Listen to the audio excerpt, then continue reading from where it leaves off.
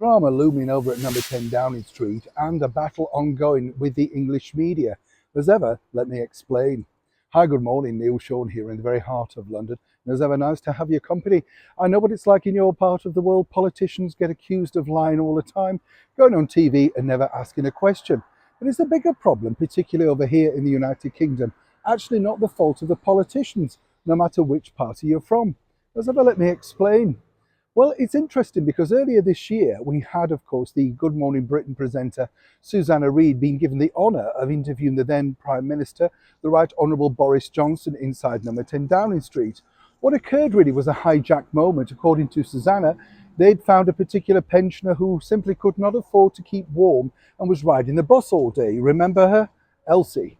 Well, despite investigations, nobody can find Elsie since. It turns out, and as ever we have to say allegedly, that her story didn't necessarily ring true. In fact, she had a rather plush apartment quite near Westminster. So what's the true story behind that? I put in numerous calls to the producer of Good Morning Britain.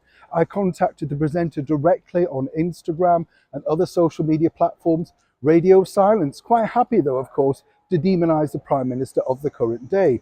And it's the same as we pointed out recently over here in the United Kingdom. We had, of course, the disgraced Channel 4 presenter Christian Guru Murthy swearing live on air, calling a government minister a foul language name. Then we had the BBC presenter Martine Coxall, basically delighted that a certain individual had decided not to run forward for the next stage of the British Prime Ministership. So you can understand, of course, why politicians have truly lost faith in appearing on any programme. So step forward our latest British Prime Minister, Mr. Rishi Sunak, the Right Honourable. He's basically instructed ministers that they will not be available for the usual media rounds. That is where you see them pop up on breakfast shows, radio shows, defending, discussing, whatever you want to call it, the latest political news of the day. The reasoning for this is simply because of the situations we've just highlighted. The current government know, as do the Labour Party and the Lib Dems, that, it's all about the presenters. Now, if you think about impartiality, there truly is none. It's zero. Susanna Reid's very happy to delight on the red carpet in a plunging halter neckline dress, as long as the cameras are on her.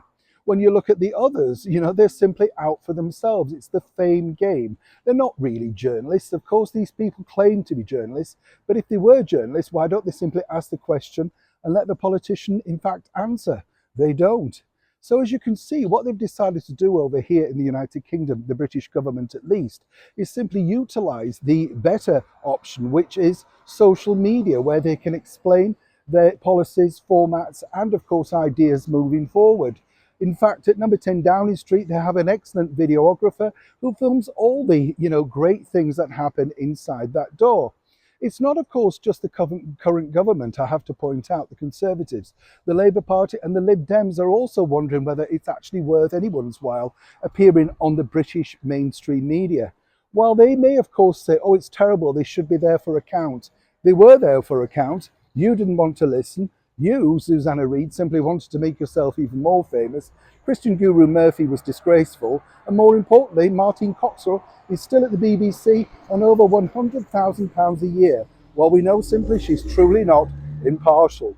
Now, why on earth would you, if you were a British politician, decide that you want to subject yourself at that ungodly hour on British television? As ever, I'd love to know what you think to this particular story in the comments below. Neil Sean in the very heart of London.